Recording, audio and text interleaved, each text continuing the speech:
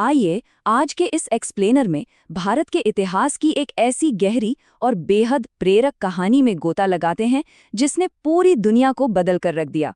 समानता के शिल्पी doctor B.R. Ambedkar. सच कहूं तो ये सिर्फ एक व्यक्ति की कहानी नहीं है, बल्कि ये उन करोड़ों लोगों की आवाज़ है जिन्हें समाज ने कभी सम्मान नहीं दिया। आज हम बाबा साहेब की इस ऐतिहासिक यात्रा को समझेंगे कि कैसे वे सिस्टम के भीषण उत्पीड़न से निकलकर एक नए राष्ट्र के निर्माता बने। चलिए शुरू करते हैं। इस पूरी कहानी को समझने के लिए शुरुआत करते हैं एक बहुत ही दिल दहला देने वाली घटना से। चिलचिलाती गर्मी का दिन है। एक छोटा सा मेधावी बच्चा स्कूल में बुरी तरह प्यासा है। वो स्कूल के चपरासी से बस थोड़ा सा पानी मांगता है, लेकिन जवाब क्या मिलता है? चपरासी उसे पानी देने से साफ मना कर देता है, सिर्फ और सिर्फ इसलिए क्योंकि वो बच्चा एक ऐसी जाति में पैदा हुआ था जिसे समाज अछूत मानता था। सोचिए, एक बुनियादी मानवीय जरूरत के लिए इतना कठोर बर्ताव। इस दर्दनाक बचपन के अनुभव ने एक बहुत ही गहरे और झकझोर देने वाले सवाल को जन्म दिया। क्या इंसान की जाति उसके आत्मसम्मान से बड़ी होती है? यही वो चुभने वाला सवाल था जिसने आगे चलकर समाज के सदियों पुराने ढांचे को सीधे चुनौती दी। और सच तो ये है कि ये सिर्फ एक सवाल नहीं था, बल्कि यही उनके पूरे जीवन का सबसे बड़ा मिशन बन गया। तो आइए बढ़ते हैं हमारे पहले भाग की तरफ, प्यासे बचपन का संघर्ष। भीमराव के शुरुआती साल। 14 अप्रैल 1891 को मध्य प्रदेश के महू में उनका जन्म हुआ। उनका बचपन अत्यधिक गरीबी और एक बेहद कठोर जाति व्यवस्था की जंजीरों में जकड़ा हुआ था। हालात ऐसे थे कि दलित समाज के लिए मंदिरों के दरवाजे पूरी तरह से बंद थे। स्कूल में भी उन्हें बाकी बच्चों से एकदम अलग थलग बैठाया जाता था।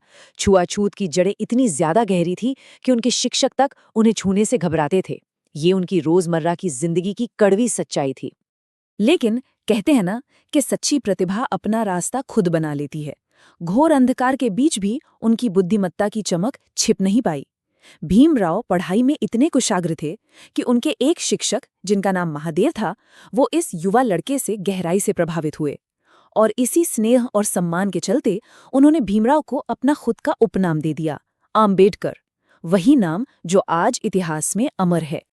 अब देखते हैं हमारा दूसरा भाग, शिक्षा, सबसे बड़ा हथियार, बौद्धिक सशक्तिकरण की एक यात्रा। अब जरा इस सफर पर गौर करते हैं। उस दौर में जब हाशिए पर पड़े समाज के लिए स्कूल जाना भी एक सपना था, उन्होंने जो किया वो सच में अभूतपूर्व था। 1912 में मुंबई के एल्फिंस्टन कॉलेज से शुरुआत, फिर उनकी इसी असाधारण प्रतिभा को देखते हुए बड़ौदा के महाराजा ने उन्हें एक स्कॉलरशिप दी। ये एक बहुत बड़ा गेम चेंजर साबित हुआ। इसके बाद 1913 में अमेरिका की कोलंबिया यूनिवर्सिटी और फिर 1916 में इंग्लैंड के मशहूर लंदन स्कूल ऑफ इकोनॉमिक्स तक का सफर। दुनिया के सबसे बेहतरीन शैक्षणिक संस्थानों में उनकी ये छलांग सचमुच हैरान करने वाली है। लेकिन यहाँ एक बहुत ही तीखा कंट्रास्ट देखने को मिलता है। विदेश में उन्हें उनके विशाल ज्ञान और असाधारण क्षमता के लिए पूरा सम्मान मिला। वहाँ कोई जाति नहीं, सिर्फ उनकी शैक्षणिक योग्यता देखी गई। लेकिन जैसे ही वे भारत लौटे, समाज ने बड़ी बेदर्दी से उन्हें फिर से उनकी जाति की याद दिला दी। बड़ौदा में इतने ऊंचे पद पर होने के बावजूद बुनियादी आवाज यानी सिर छिपाने के लिए एक कमरा तक उन्हें देने को कोई तैयार नहीं था। और फिर आई वो रात जो सब कुछ बदलने वाली थी। एक पारसी होटल में जब उनकी असली पहचान सामने आई तो उन्हें वहां से तुरंत बाहर निकाल दिया गया। सोचिए, इतनी डिग्रियां होने के बाद भी वो रात उन्होंने सड़क पर कांपते हुए गुजारी। ये सिर्फ एक व्यक्तिगत अपमान नहीं था, बल्कि ये वो टर्निंग पॉइंट था जब उन्होंने इस पूरी सड़ी गली व्यवस्था को जड़ से उखाड़ फेंकने का एक अटूट संकल्प लिया। अब आगे बढ़ते हैं तीसरे भाग पर, समानता के लिए महार सत्याग्रह, बुनियादी मानवाधिकारों का दावा। पानी पर सबका अधिकार है। ये वाक्य सुनने में बहुत सामान्य लग सकता है, लेकिन 1927 के महार सत्याग्रह में ये एक बहुत बड़ी क्रांति का प्रतीक बन गया। याद है, हमने शुरू में उस प्यासे बच्चे की बात की थी। ये आंदोलन उसी बचपन की घटना का सबसे शक्तिशाली जवाब था। उन्होंने हजारों लोगों का नेतृत्व किया और सार्वजनिक तालाब से पानी पीकर समाज को एक कड़ा संदेश दिया। वे सिर्फ विरोध प्रदर्शनों तक ही सीमित नहीं रहे। उन्होंने ऐसा व्यापक साहित्य रचा जिसने सामाजिक अन्याय की पोल खोलकर रख दी। और जब बात राजनैतिक अधिकारों की आई तो उन्होंने बहुत ही रणनीतिक तरीके से कदम बढ़ाए। 1932 में चुनावी प्रतिनिधित्व को लेकर महात्मा गांधी के साथ ऐतिहासिक पूना पैक्ट पर बातचीत की। वो हाशिए पर पड़े समुदायों के लिए हर मोर्चे पर पूरी ताकत से लड़ रहे थे। चलिए अब आते हैं चौथे भाग पर, संविधान और नया भारत, एक राष्ट्र के भविष्य की संरचना। भारत के आजाद होने पर उनके असीम ज्ञान और जीवन भर के अनुभवों को देखते हुए उन्हें संविधान की प्रारूप समिति का अध्यक्ष बनाया गया। उन्होंने दिन रात एक करके वो ढांचा तैयार किया जिसे हम 26 जनवरी 1950 को लागू हुए संविधान के रूप में जानते हैं। इसके जरिए उन्होंने उन सभी दमनकारी व्यवस्थाओं को गैर कानूनी घोषित कर दिया जिनका उन्होंने खुद सामना किया था। सभी के लिए समान अधिकार तय किए और जाति, धर्म या लिंग के आधार पर भेदभाव को सीधा दंडनीय अपराध बना दिया। एकदम स्ट्रक्चरल बदलाव। एक बात जो बहुत ही दिलचस्प और महत्वपूर्ण है वो ये कि समानता को लेकर उनका विजन सिर्फ जाति तक सीमित नहीं था। उनका स्पष्ट मानना था, मैं किसी समाज की प्रगति को वहां की महिलाओं की प्रगति से मापता हूं। वे महिलाओं की शिक्षा, संपत्ति के अधिकारों और समाज में उनके सम्मान के लिए भी एक मजबूत दीवार की तरह खड़े रहे। न्याय को लेकर उनका दायरा सचमुच बहुत व्यापक था।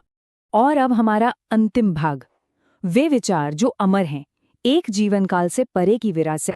जीवन भर लगातार काम करने की वजह से उनका स्वास्थ्य भले ही गिरता गया, लेकिन एक मानवीय समाज की उनकी तलाश कभी कम नहीं हुई। आध्यात्मिक समानता और पूरी गरिमा की खोज में 1956 में उन्होंने लाखों लोगों के साथ बौद्ध धर्म अपना लिया और इसके कुछ ही समय बाद 6 दिसंबर 1956 को उनका निधन हो गया। वो शारीरिक रूप से जरूर चले गए, लेकिन अपने पीछे ऐसे विचार छोड़ गए जो हमेशा हमेशा के लिए अमर हैं। उनके पूरे जीवन का निचोड़ इस एक बेहद शक्तिशाली मंत्र में छिपा है, शिक्षित बनो, संगठित रहो और संघर्ष करो। ये कोई मामूली नारा नहीं है, ये एक ऐसा एवरग्रीन मंत्र है जो आज भी हाशिए पर पड़े समुदायों को उनके अधिकारों के लिए लड़ने और आगे बढ़ने की जबरदस्त हिम्मत देता है। तो इस एक्सप्लेनर के आखिर में ये सवाल हम सबके सोचने के लिए है, क्या आने वाली पीढ़ियां शिक्षा और साहस की शक्ति से समाज को बदलने की प्रेरणा लेती रहेंगी? उनकी कहानी कोई बीता हुआ कल नहीं है, बल्कि ज्ञान और बहादुरी की एक जलती हुई मशाल है। अब ये जिम्मेदारी हमारी है कि हम इस मशाल को कैसे आगे ले जाते हैं। इसी विचार के साथ आज के इस सफ़र को यहीं रोकते हैं। हमारे साथ जुड़ने के लिए बहुत बहुत